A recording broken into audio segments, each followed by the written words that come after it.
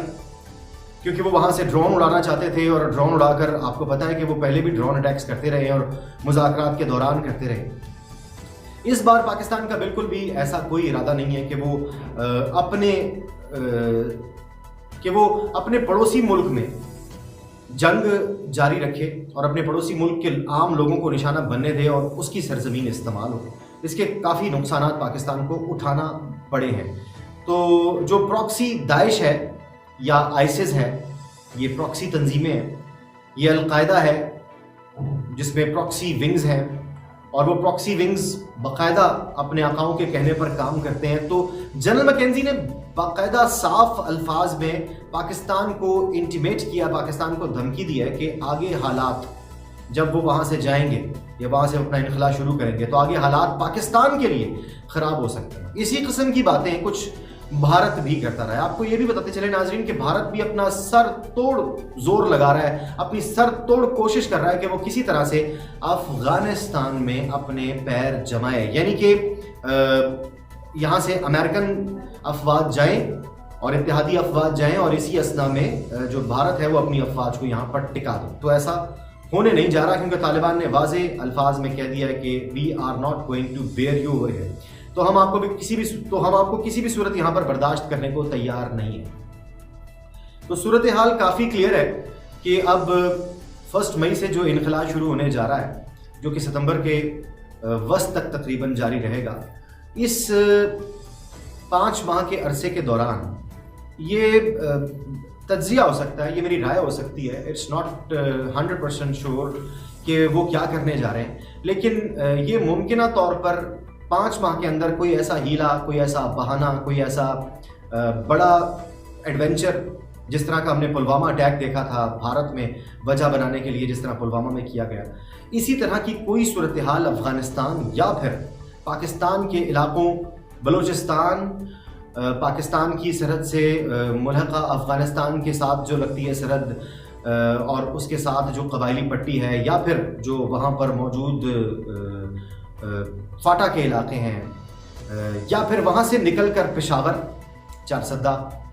اور جو دیگر پشاور کے علاقے ہیں یا پھر KPK کے علاقے ہیں، اور اگر یہاں سے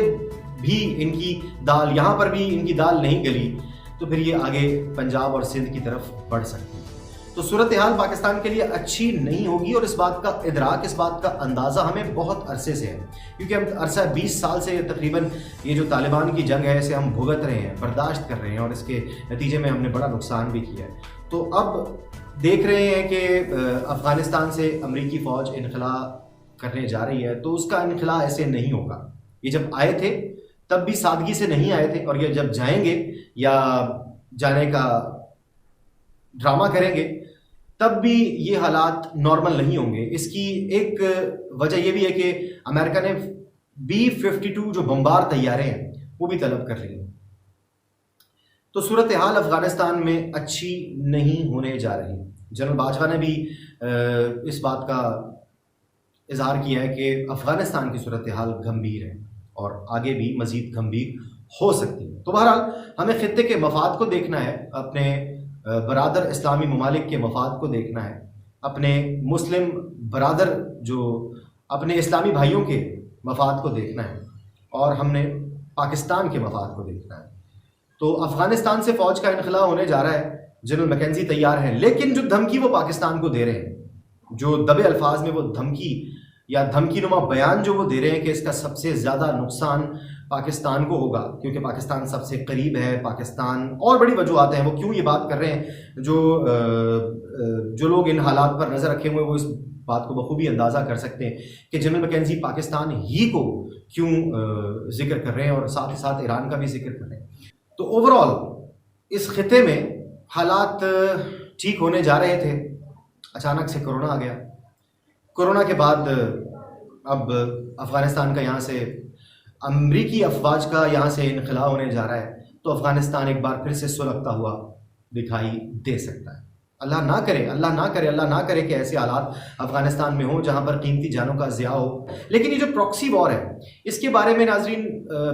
بہت دو ٹوک اور سیدھی سی بات یہ ہے کہ آپ نے جب جواز بنانا ہوتا ہے تو آپ اپنے ہی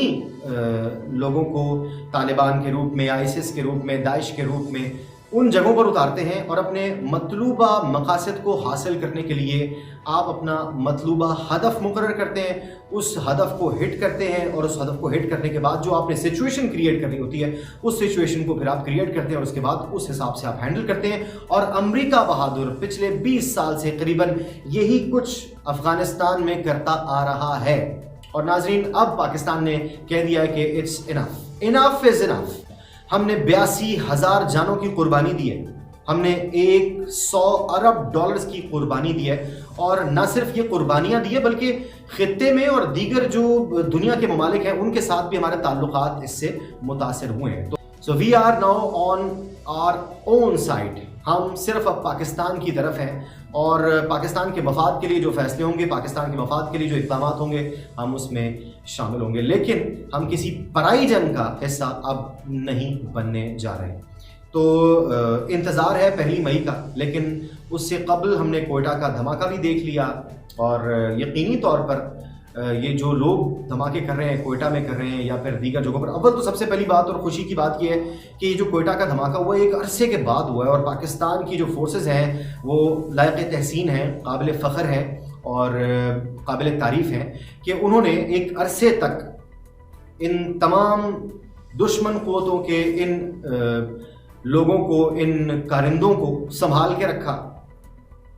اپنی دھرتی کو بچا کے رکھا، اپنے لوگوں کی حفاظت کی اور ان کا صفایا کیا۔ سب سے امپورٹنٹ بات یہ تھی کہ ان کا صفایا کیا ہم نے نہ صرف پاکستان میں کیا بلکہ اکراس دا بارڈر، جہاں جہاں ہم نے ان کو موجود پایا اور اپنے لیے خطرہ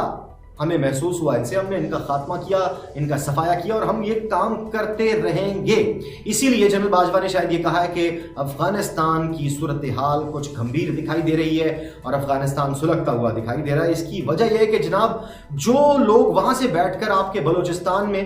باقاعدہ تحریکیں چلا رہے ہیں، جو لوگ افغانستان سے بیٹھ کر پاکستان کے دیگر علاقوں میں دہشت گرد تنظیموں کو فنڈ کر رہے ہیں، انہیں گائیڈنس پرووائڈ کر رہے ہیں، انہیں ٹارگٹس دے رہے ہیں اور ان کو استعمال کر کے پاکستان میں ایک پراکسی وار کریٹ کرنا چاہتے ہیں، تو ان کو واضح جواب ہے کہ ہم پہلے بھی آپ کے خلاف کارروائیاں کرتے رہے ہیں اور آپ کے کارندوں کو ہم جہنم واصل کرتے رہے ہیں، تو ہم ایک بار پھر تیار ہیں، اور ہم اس بار ذرا زیادہ زور سے تیار ہیں کیونکہ اس بار ہم نے اپنی پوزیشن واضح کر لی ہے۔ تو ناظرین آپ صلی اللہ علیہ وسلم کی ایک حدیث یہاں پر شامل کرتے چلتے ہیں۔ آپ صلی اللہ علیہ وسلم نے فرمایا کہ قیامت تب تک بپا نہیں ہوگی جب تک کہ دنیا میں واضح 2 قسم کے لوگ نہیں بن جائیں گے۔ تو اب گروپس کلیئر ہو رہے ہیں، رشیا، پاکستان، چائنا، ایران، ترکی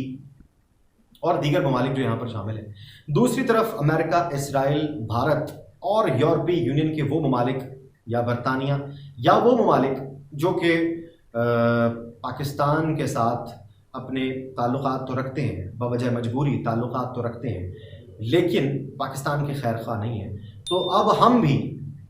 اپنے خیر خواہ ہیں اور اپنے مستقبل کی طرف دیکھیں۔